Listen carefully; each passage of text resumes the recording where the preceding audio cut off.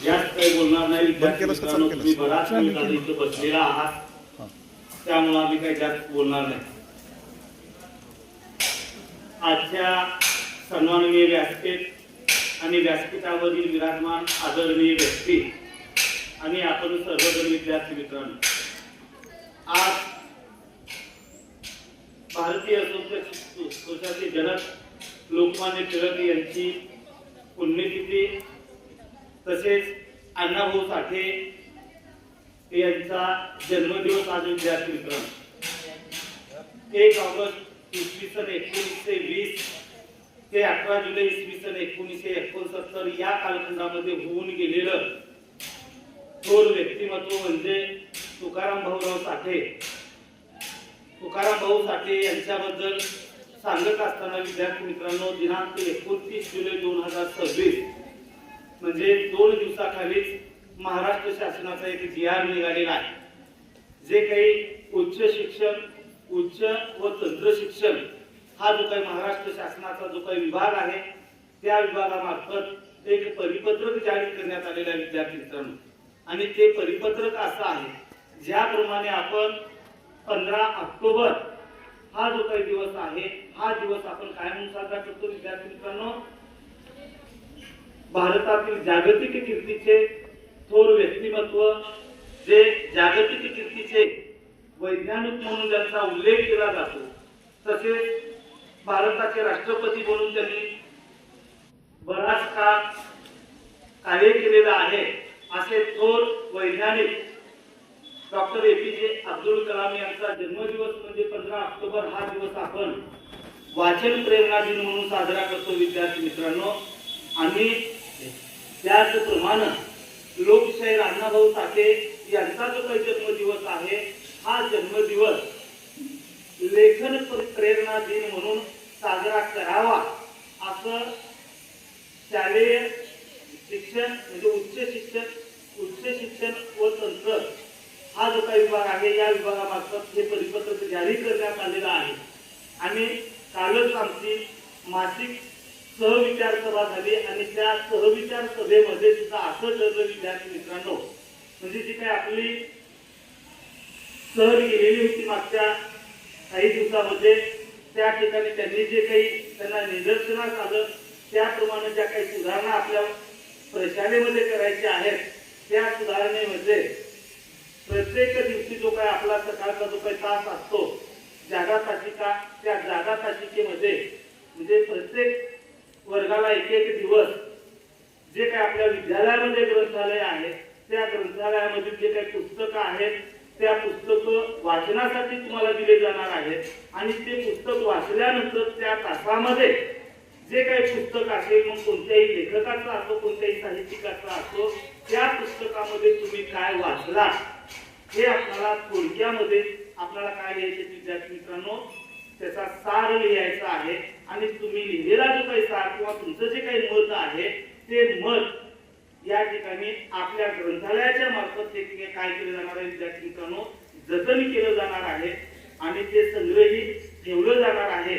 आणि त्यांच्या जन्मदिनाचं औचित्य साधून त्यांचा दिवस संपूर्ण महाराष्ट्रामध्ये जे काही वेगवेगळे विभाग आहेत, मग त्यामध्ये महाविद्यालय असो, विद्यापीठ असो किंवा अन्य जे काही शालेय संस्था असो, त्या संस्थांमध्ये त्यांचा दिवस हा लेखन प्रेरणा दिन म्हणजे आपल्याला जसं डॉक्टर ए.पी.जे. अब्दुल कलाम यांच्या जन्मदिवसाचं औचित्य साधून म्हणजे वाचनाची प्रेरणा मिळवण्यासाठी जसं वाचन प्रेरणा दिन म्हणून तो साजरा केला जातो, तशाच पद्धतीने म्हणजे लेखन करण्याला आपल्याला प्रेरणा मिळावी यासाठी तो दिवस 1 ऑगस्ट हा दिवस लेखन प्रेरणा दिन म्हणून इथून पुढे साजरा होणार आहे. आणि आपल्या विद्यालयामध्ये सुद्धा तो दिवस आपल्याला साजरा करायचे विद्यार्थी मित्रांनो.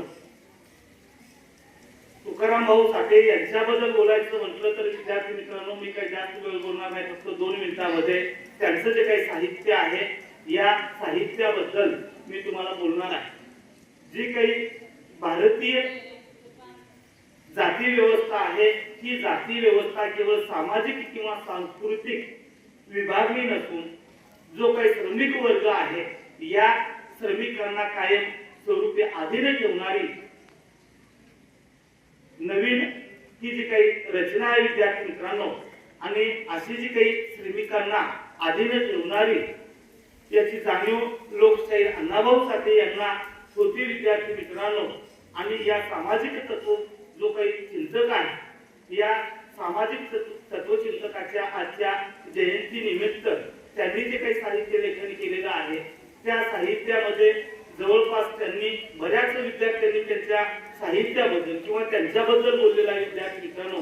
जवळपास अण्णाभाऊ साठे यांनी 35 कादंबऱ्या लिहिल्या, त्याचबरोबर 8 पथकथा लिहिल्या, 3 नाटकं लिहिली, त्याचबरोबर त्यांचं एक प्रवास वर्णन आहे, 13 कथासंग्रह आहे, 14 लोकनाट्य आहे आणि 10 प्रसिद्ध पोवाडे आणि त्याचबरोबर जवळपास 12 जे काही उपासात्मक जे काही लेख म्हणतो आपण, अशा पद्धतीचं साहित्य अण्णाभाऊ साठे यांचं प्रकाशित झालेलं आहे विद्यार्थी मित्रांनो. आणि त्यांनी विपुल साहित्य लेखन करून मराठी साहित्याला समृद्ध करण्याचं काम लोकशाहीर अण्णाभाऊ साठे यांनी केलेलं आहे विद्यार्थी मित्रांनो. फक्त त्यांचा एक थोडा प्रसंग सांगणार आहे, तो इसवी सन असेल विद्यार्थी मित्रांनो, इसवी सन 1963-64 सालाचा ते प्रसंग आहे विद्यार्थी मित्रांनो. थोर लोकशाहीर म्हणून त्यांना ओळखलं जातं, ते म्हणजे शाहीर विठ्ठल उमप आणि अण्णाभाऊ साठे यांच्या भेटीचा तो प्रसंग आहे विद्यार्थी मित्रांनो. लोकशाहीर अण्णाभाऊ साठे जसं शाहीर म्हणून किंवा साहित्यिक म्हणून जसं नावलौकिक आहे, तशाच पद्धतीनं विठ्ठल उमप हे सुद्धा थोर शाहीर म्हणून त्यांचा नावलौकिक आहे विद्यार्थी मित्रांनो. आणि अण्णाभाऊ साठे यांनी शाहीर विठ्ठल उमप यांचे जे काही आकाशवाणी केंद्र आहेत, या आकाशवाणी केंद्रावरून त्यांनी प्रसारित झालेले अनेक जे काही त्यांच्या कार्यक्रम आहेत, ते कार्यक्रम त्यांनी ऐकलेले होते. आणि त्यासाठी अण्णाभाऊ साठे यांना जे काही नवनवीन जे काही साहित्यिक आहे, या नवनवीन साहित्यिकांना प्रेरणा देण्याचं काम अण्णाभाऊ साठे यांनी केलेलं आहे विद्यार्थी मित्रांनो. आणि अण्णाभाऊ साठे यांना विठ्ठल उमप यांना भेटण्याची इच्छा झाली. आणि जे काही विठ्ठल उमप आहे, या विठ्ठल उमप यांचे जे काही मित्र होते, ते म्हणजे तुक सौंदर नावाचा मित्र होता, त्यांच्या मार्फत निरोप पाठवला. निरोप पाठवल्यानंतर मग तो निरोप तुक सौंदर्य यांनी शाहीर विठ्ठल उमप यांना दिला. आणि एवढ्या मोठ्या शाहीरानं आपल्याला बोलवलेलं आहे असं विठ्ठल उमप यांना वाटलं विद्यार्थी मित्रांनो, कुठेतरी शाहिरीचा कार्यक्रम वगैरे असेल आणि त्यासाठी एवढा मोठा साहित्यिक आहे, एवढा मोठा पोवाडे गावणारा आहे, कथाकार आहे, म्हणजे एवढ्या मोठ्या माणसांना आपल्याला बोलवलं म्हणजे कुठेतरी शाहिरीचा कार्यक्रम असावा आणि त्यासाठी आपल्याला बोलवलेलं असावं असं त्यांना वाटलं. आणि त्यामुळे काही काळानंतर म्हणा किंवा काही दिवसानंतर शाहीर विठ्ठल उमप ज्या ठिकाणी अण्णाभाऊ साठे राहत होते, अण्णाभाऊ साठे कुठं राहत होते विद्यार्थी मित्रांनो, मुंबई हे जे काही शहर आहे, मुंबई शहरातील जे काही घाटकोपर नावाचा जो काही परिसर आहे, या घाटकोपर परिसरातील जो काही चिराग नगर नावाची जी काही झोपडपट्टी आहे, त्या झोपडपट्टीमध्ये ते राहत होते. ही झोपडपट्टी म्हटल्यानंतर आपल्याला माहिती आहे विद्यार्थी मित्रांनो, त्यामध्ये अनेक सोयी सुविधांचा अभाव म्हणा, 18 विश्व दारिद्र्य म्हणा, किंवा रस्ता नाही किंवा अनेक सोयी सुविधांचा अभाव होता, अशा ठिकाणी ते राहत होते. रस्ता विचारत विठ्ठल उमप त्यांच्या घरापर्यंत पोहोचले. घरापर्यंत पोहोचल्यानंतर त्यांना जे काही घराचं वास्तव दिसलं विद्यार्थी मित्रांनो, ते भयानक अशा पद्धतीचं वास्तव होतं. कारण का, हे वास्तव त्यांनी शाहीर विठ्ठल उमप यांनी वर्णन केलेलं आहे. अण्णाभाऊ साठे आणि विठ्ठल उमप यांची ही पहिलीच भेट होती. अण्णाभाऊ साठे यांना शाहीर विठ्ठल उमप कसे आहेत माहिती नव्हतं, किंवा विठ्ठल उमप यांना अण्णाभाऊ साठे कसे आहेत माहिती नव्हतं, पण दोघांची ही पहिली भेट होती. म्हणजे नाव विचारत म्हणा किंवा पत्ता विचारत अण्णाभाऊ साठे यांच्या घरापर्यंत जाऊन पोहोचले. आणि पोहोचल्यानंतर त्यांनी बाहेरूनच हाक मारली. हाक मारल्यानंतर जवळपास 5-5.5 फूट उंचीचा कावळा सावळा म्हणजे काळा सावळा एक व्यक्ती समोर आला. समोर आल्यानंतर त्यांना वाटले की हाच अण्णा आहे. आणि त्याच वेळेस अण्णाभाऊ साठे यांना वाटले की मी ज्या माणसाकडून निरोप पाठवलेला होता तो माणूस म्हणजे त्यांना सांगावा भेटलेला असेल आणि हा विठ्ठल उमप असेल म्हणून त्यांची बातचीत होते. बातचीत झाल्यानंतर त्या ठिकाणी म्हणजे अण्णाभाऊ साठे यांच्या घराचं वास्तवाचं वर्णन शाहीर विठ्ठल उमप यांनी केलेलं होतं. विद्यार्थी मित्रांनो, त्यांचा संसार म्हणजे तोंड आ वाचून उकललेला होता. मग त्याच्यामध्ये एकच काय होतं, बघून म्हणा, डिचकी म्हणा, एक परात म्हणा, म्हणजे अशा पद्धतीचं चुलीमध्ये 4 कोळसा झालेली लाकडं म्हणा आणि साठे वहिनी म्हणजे गालाला हात लावून विचार बघणं, अशा पद्धतीचा हा त्यांचा संसार होता. विद्यार्थी मित्रांनो, त्यांच्यामध्ये चर्चा वगैरे झाली. चर्चा वगैरे झाल्यानंतर पुन्हा त्यांचं जाणं येणं सुरू झालं आणि जाणं येणं सुरू झाल्यानंतर असंच एके दिवशी विठ्ठल उमप त्यांना भेटण्यासाठी गेले होते. भेटण्यासाठी गेल्यानंतर ते अण्णाभाऊ साठे यांचं जे काही म्हणजे त्यांना त्याच जे काही घर आहे त्या झोपडीवाल्या घरामध्ये एक मोठा टेबल होता, जो काही चष्मा होता त्या चष्म्याला सुद्धा दोरी बांधलेली होती. म्हणजे अशा पद्धतीचं ते वास्तव जे आहे ते तशा पद्धतीने तसंच लिहित बसलेले होते. आणि 5 मिनिट त्यांनी तिथं बाजूला थांबल्यानंतर त्यांनी त्यांचा अण्णाभाऊ साठेंचं लक्ष गेलं. लक्ष गेल्यानंतर त्यांनी म्हणजे केव्हा आला काय नाही त्याची विचारणी झाली. आणि त्याच वेळेस अण्णाभाऊ साठे यांनी लिहिलेली एक वही त्यांच्या परवानगीनं मी पाहू का असं शाहीर विठ्ठल उमप यांनी म्हटलं. त्यावेळेस अण्णाभाऊनी ती वही दिली. 80 पानीची काही वही होती. त्या 80 पानी वहीमध्ये शाहीर विठ्ठल उमप यांना म्हणजे 80 पानं अण्णाभाऊ साठे यांनी लिहिलेली होती. त्या 80 पानी वहीमध्ये एकही शब्द किंवा एकही वाक्य बोललेलं त्यांना कुठं दिसून आलेलं नाही विद्यार्थी मित्रांनो. आणि त्याच काळामध्ये किंवा त्याच वेळेस 2 जे काही प्रकाशक म्हणतो ते प्रकाशक वगैरे आले. त्यांच्या 2 डायऱ्या घेतल्या. डायऱ्या वगैरे घेऊन त्यांच्या बदल्यामध्ये त्याचा मोबदला म्हणून अण्णाभाऊ साठे यांना काय दिलेलं असेल तर फक्त ते एक ट्रान्झिस्टर म्हणजे काय, रेडिओ किंवा टेप असं जे काही साधन होतं ते दिलं. म्हणजे एवढं अण्णाभाऊ साठे यांच्या साहित्याचं मानधन अतिशय अल्प अशा पद्धतीचं होतं. विद्यार्थी मित्रांनो, विठ्ठल उमप यांना कळालेलं होतं. काय कळालेलं होतं की अण्णाभाऊ साठे यांचं जे काही साहित्य आहे किंवा त्यांनी अनेक जे काही साहित्य लिहिलेलं होतं त्या साहित्याचं परकीय भाषेमध्ये सुद्धा भाषांतर झालेलं होतं. आणि जे काही रशिया हा जो काही देश आहे, या रशिया देशाची राजधानी असणारं जे काही शहर आहे ते म्हणजे मॉस्को. या शहरापर्यंत म्हणजे अण्णाभाऊ साठेंचं किंवा रशियापर्यंत त्यांचं साहित्य गेलेलं होतं. आणि त्यांचं त्या भाषेमध्ये जे काही भाषांतरित साहित्य झालेलं होतं त्या साहित्याचं मोठ्या प्रमाणात मानधन जे आहे आपण म्हणतो त्याचा मोबदला मॉस्कोतील बँकेमध्ये त्यांच्या नावावर जमा झालेला होता. आणि त्या संदर्भामध्ये ज्यावेळेस शाहीर विठ्ठल उमप त्यांना विचारतात किंवा अण्णा तुमच्या जे काही कथा म्हणा किंवा प्रवास वर्णन म्हणा, पोवाडे म्हणा किंवा अन्य जे काही साहित्य लिहिलेलं आहे त्या साहित्याचं मोठ्या प्रमाणामध्ये मानधन तिथं मॉस्कोतील बँकेमध्ये आहे. तुम्ही ते घेऊन या आणि घेऊन जर तुम्ही आलात तर तुम्हाला मस्त बंगला बांधता येईल.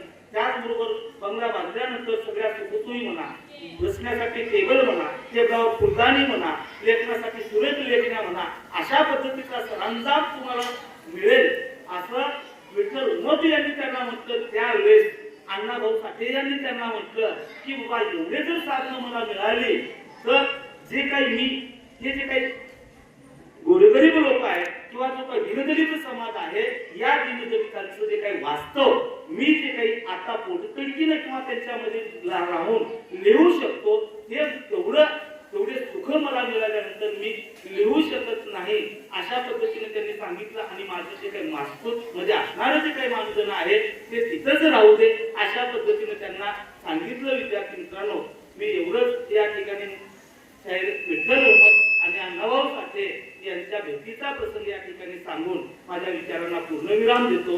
जय हिंद, जय महाराष्ट्र. कार्यक्रमाचे अध्यक्ष आपल्या शाळेचे मुख्याध्यापक श्री कोळी सर, पर्यवेक्षक श्री डोंगरे सर, सांस्कृतिक विभाग प्रमुख श्री लक्षेटे सर, उपविभाग प्रमुख आता ज्यांनी अण्णाभाऊ साठे यांच्या जीवनावर प्रकाश टाकला ते ढोबळे सर, माझे सर्व शिक्षक मित्र, आपण विद्यार्थी मित्र, भरपूर वेळ झालेला आहे. मला जे काही सांगायचं होतं ते लोकमान्य टिळकांच्या जीवनावर जो काही प्रकाश टाकायचा होता तो आपण टाकलेला आहे. टिळकांची एक बाजू या ठिकाणी आपण ऐकलेली आहे. देशभक्त होते, भारतीय स्वातंत्र्याचा लढा त्यांनी सर्वप्रथम उभा केला हे आपण सर्व परिचित आहोत. पण टिळकांची एक दुसरी बाजू होती, जी बाजू आजपर्यंत आपल्याला कुणीही सांगण्याचा प्रयत्न केलेला नाही. टिळक त्यांचा जन्म ब्राह्मणांच्या घरामध्ये झाला. संस्कारमय वातावरण, वडील शिक्षक, पुढे ते अधिकारी झाले त्यांचे वडील. अशा एक साक्षर परिवारामध्ये टिळकांचा जन्म झाला. रत्नागिरी मध्ये त्यांचा जन्म झाला. त्यांचं मूळ गाव होतं चिखली.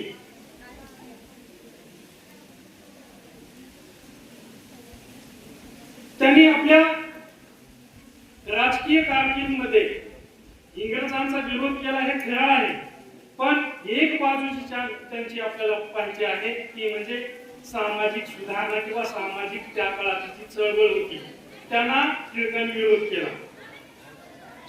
बैठे बैठे सावधान. एकीकडे आपण पाहतो की ब्रिटिश लोकांचं आपल्या इथं साम्राज्य त्यांनी उभा केलेलं होतं, त्याचा विरोध करण्याचं त्यांनी काम केलं. पण ब्रिटिशांनी फुल नाही फुलाची पाकळी इथल्या लोकांचं जीवनमान थोडं का होईना उंचावण्याचा प्रयत्न केला. सामाजिक सुधारणा करण्यासाठी इंग्रज लोक हे परिश्रम घेत होते आणि इंग्रज लोकांचं जे काही विचारसरणी होती इथलेही काही जसे गोविंद रानडे असतील, नामदार गोखले असतील, हे लोक सुद्धा काय करत होते, त्या विचारांचा पुरस्कार करत होते. कशासाठी?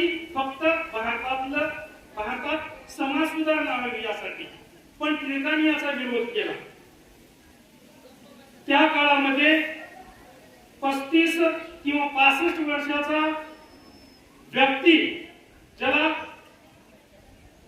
जो एक प्रौढ नागरिक ज्याला आपण म्हणू किंवा म्हातारा व्यक्ती आणि एक 10 किंवा 11 वर्षाची मुलगी जी आहे तिच्या सोबत त्याचा विवाह केला जायचा. मग समाज सुधारणा वाटी जे काही लोक होते त्या लोकांनी असं सांगितलं की हे चुकीचं आहे. टिळकांना ज्यावेळेस हे कळालं, टिळकांनी याचा विरोध केला. टिळकांना वाटायचं की ब्रिटिश लोक आणि जे काही भारतीय समाज सुधारक आहेत ते लोक हिंदू धर्माचा नायनाट करण्यासाठी या ठिकाणी काम करत आहेत.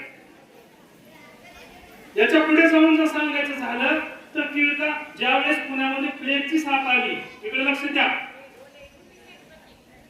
प्लेगची साथ पुण्यामध्ये आल्यानंतर मुंबई पासून पुण्यापर्यंत प्लेगची भयानक साथ त्या काळामध्ये आलेली होती. जवळजवळ 1896 तो कालखंड आहे.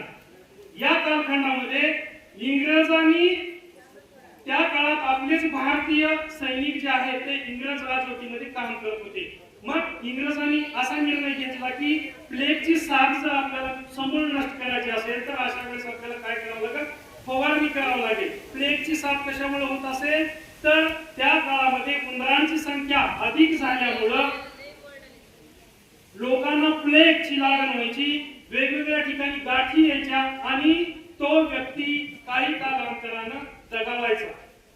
मग ब्रिटिश लोकांनी हा प्लेगचा जो काही रोग आहे याच्यावर नियंत्रण आणण्यासाठी काम करण्याचा प्रयत्न केला, पण टिळकांनी त्याचा विरोध केला. टिळक आपल्या केसरी आणि मराठा वृत्तपत्रामधून लिहितात की सरकारचं डोकं ठिकाण्यावर आहे का. याचं कारण काय? ब्रिटिश लोक हिंदू धर्माचं जे काही परंपरा आहेत त्या परंपरा ते मोडीत काढण्याचा प्रयत्न करत आहेत. टिळकांनी प्लेगच्या साथीमध्ये आपला चुलता, आपला एक मुलगा गमावला तरी पण हिंदू धर्माचे ते पुरस्कर्ते होते. तुम्ही म्हणाल हे कसं काय आहे? ते म्हणायचे की भारतातले हे जे काही लोक आहेत हे हिंदू धर्माचे लोक आहेत. हिंदू धर्म जर ब्रिटिशांनी बुडवायचं ठरवलं तर एक दिवस इथं एकही हिंदू आपल्याला सापडणार नाही. म्हणून त्यांनी याचा विरोध केला. पुढे त्याच कालावधीमध्ये दुष्काळ पडलेला होता. सक्तीनं कर वसुली करण्याचं काम ब्रिटिश शासन जे आहे इथल्या महाराष्ट्रातल्या किंवा भारतातले जे काही लोक होते त्याच्याकडून सक्तीनं सारा वसुली करायचे. ज्यावेळेस शेतकऱ्याकडे उत्पन्नच नाही अशा वेळेस शेतकरी जे आहेत ते शेतसारा कुठून भरणार आहे, भरू शकत नव्हते. तर त्यांनी या मराठा आणि केसरी वृत्तपत्रामधून ब्रिटिशांना याच्यासाठी सुद्धा विरोध केलेला होता. भारतीय असंतोषाचे जनक ही म्हणून लोकमान्य टिळक यांना संबोधलं जाते. स्वराज्य माझा जन्मसिद्ध हक्क आहे आणि तो मी मिळवणारच असं त्यांनी ठणकावून ब्रिटिशांना सांगितलं. भारताला स्वातंत्र्य मिळावं यासाठी मंडालेचा जो तुरुंग होता त्या ठिकाणी त्यांना तुरुंगात ठेवण्यात आलं. त्या तुरुंगामध्ये त्यांनी गीतारहस्य नावाचा एक ग्रंथ जो आहे तो लिहिण्याचं काम केलं. जीवनामध्ये आपल्याला कर्मरत राहायला पाहिजे ही सीख किंवा एक संदेश देण्याचं काम जे आहे त्यांनी या ग्रंथामधून मांडण्याचं काम केलेलं आहे. दुसरे महान साहित्यकार मराठीचे रत्न ज्याला आपण म्हणू, संयुक्त महाराष्ट्र चळवळीमध्ये ज्यांनी निकराचा लढा दिला असे अण्णाभाऊ साठे. एकीकडे पहा टिळक जे आहे ते ब्राह्मणवादी विचाराचे आणि दुसरीकडे अण्णाभाऊ साठे जे आहेत ते दीन दलित गरीब जे गावाच्या बाहेर राहणारे जे लोक आहेत अशा लोकांसाठी लढणारे हे अण्णाभाऊ साठे होते. एकीकडे टिळक जे आहे फक्त ब्राह्मण आणि ब्राह्मण कायदा जरी करायचा असेल तर कुणासाठी करायचा, फक्त ब्राह्मण किंवा जे उच्चवर्णीय आहेत. गरीब लोकांनी कायदा करायचा नाही, कायदा फक्त कोण करायचा, उच्चवर्णीयांनी. आणि कायद्याचं पालन जर कोण करायचं असेल तर ते जे गरीब लोक आहेत, कुणबी लोक आहेत, सर्वसामान्य आहेत, जे तांबडकरी आहेत अशा लोकांनी या कायद्याचं पालन करायला पाहिजे असं टिळकांचं मत होतं. मग टिळकाची ही बाजू आपल्याला माहित होती का? अजिबात नाही. पुढे टिळक हे 1920 ला त्यांचा मृत्यू झाला आणि याच दिवशी 1 ऑगस्ट 1920 ला अण्णाभाऊ साठे यांचा जन्म झाला. अण्णाभाऊ साठे यांच्या जीवनावर थोडासा प्रकाश टाकतो. त्यांची एक कथा तुम्हाला सांगतो. छोटीशी कथा आहे. सर्वसामान्य जो कष्टकरी आहे, जो परिश्रम करणारा व्यक्ती आहे, तो व्यक्ती आपल्या जीवनामध्ये किती कष्ट करतो याचं जर एक उदाहरण पाहायचं असेल तर त्यांची एक कथा आहे. ज्या कथेचं नाव आहे स्मशानाचं सोनं. त्याचा नायक आहे भीमा नावाचा. 2 मिनिटात ही कथा संपवतो. म्हणजे एकीकडे ब्राह्मणवादी विचाराचं वर्चस्व आणि सर्वसामान्य व्यक्तीसाठी किंवा गरीब लोकांसाठी लढणारे जे काही होते ते अण्णाभाऊ, या दोघांमध्ये काय फरक आहे आपल्याला लक्षात येईल. भीमा नावाचा हा व्यक्ती जो आहे तो वारणेच्या काठावरून मुंबईमध्ये आलेला होता कामाच्या शोधामध्ये. कामाच्या शोधामध्ये तो मुंबईला आला. कसले बॅकग्राऊंड त्याचं नाही. मुंबईमध्ये आल्यानंतर त्याने कामाची शोधाशोध केली. त्या भीमाला काम मिळालं नाही. तो भीमा जो आहे तो दलित होता. मुंबई सारख्या ठिकाणी सर्वसामान्य माणसाला काम मिळणं त्या काळामध्ये मुश्किल होतं आणि जर मिळालं तर एखाद्या कनिष्ठ ठिकाणी त्या व्यक्तीला काम करावं लागायचं. अशा वेळेस भीमा मुंबईमध्ये राहायला आला. काम मिळत नव्हतं आणि एक वेळेस काम मिळालं. तो एका दगडाच्या खाणीमध्ये काम करायचा. दगडाच्या खाणीत काम करत असताना एक दिवस दगडाची ती खाण जी आहे ती बंद झाली. आता काय करायचं, उदरनिर्वाह. त्यांची जी मुलगी होती नात्या नावाची आणि पत्नी, वेगवेगळे स्वप्न रंगवून ते मुंबईला आलेले होते. पण या स्वप्नांची पूर्ती आता माझ्याकडून होणार नाही. आता पुढे काय करायचं, निराश होऊन एका ठिकाणी बसलेले असताना एक ओढा होता. त्या ओढ्यामध्ये त्यांनी आंघोळ केली आणि आंघोळ केल्यानंतर घराकडे निघण्याचा प्रसंग होता आणि पाहतात तर काय त्या ठिकाणी राखेचा एक ढीग होता. तो ढीग त्यांनी पाहिला. त्याच्यावर काहीतरी चमचमत होत. अशा वेळेस भीमा तो राखेच्या ढिगाऱ्याजवळ गेला आणि पाहिले तर काय एक तोळ्याची अंगठी त्याला मिळाली। उदरनिर्वाहाचा प्रश्न काही कालावधीसाठी सुटेल असं वाटत होतं। त्याने कोल्याला जाऊन त्या भीमाने काय केलं की अंगठी विकली आणि जे काही दररोजच्या जीवनात लागणाऱ्या वस्तू आहेत त्यांनी घेऊन आला। पण पत्नी जी होती भीमाची त्यांना हे पटत नव्हतं। अहो रात्री अपरात्री तुम्ही अशा ठिकाणी जाता, स्मशानात जाता, तिथं जे काही लोक आहेत त्यांची काही जी मृत लोक आहेत त्यांची जी राख आहे ती तुम्ही चालता आणि त्याच्यातून सोनं काढता आणि आपला उदरनिर्वाह करता। शेजारी पाजारी काय म्हणतात तुमच्या लक्षात येत नाही। भीमा ताळ करून उठला आणि म्हटला, माझी चूल जर बंद पडली तर कोण येणार आहे? त्यावेळेस एका रात्री भीमा असाच बसलेला होता। त्याला लक्षात आलं की मुंबईच्या जवळच एक गाव होतं, त्या गावात एक साहुकार मिलेला आहे। भीमा वाट पाहत होता, रात्र कधी होती, असंच वातावरण होतं। 6 वाजले होते, सूर्य अस्ताला जात होता, संध्याकाळची वेळ होती। आकाशामध्ये खूप मोठ्या प्रमाणात प्रचंड असे ढग आलेले होते। अशा वेळेस भीमा जो आहे फक्त वाट पाहत होता की कधी एकदा मी त्या स्मशानात जाईल आणि त्या स्मशानात ते सावकाराचं जे उरलेलं जे त्याचं जे देह आहे तुम्ही बाहेर काढीन आणि त्याच्या अंगावर जे काही सोनं आहे ते मी घेईन आणि कुर्ल्याला जाऊन विकेन आणि माझा उदरनिर्वाह करेन। बघा परिस्थिती माणसाला कसं बनवते। ज्या वेळेस उदरनिर्वाहाचं साधन आपल्याकडे नसतं अशा वेळेस माणूस हा कोणत्याही ठिकाणी जाऊन काम करू शकतो। लक्षात घ्या, त्यावेळेस समाज किंवा घरचे किंवा आपले जे नातेवाईक आहेत ते काय म्हणतात याच्याकडे लक्ष नसतं। 6-7चा वेळ झाला, भीमा अंधार पडलेला आहे, चहू बाजूने अंधार। अशा वेळेस भीमा एकटाच त्या स्मशानात निघालेला आहे।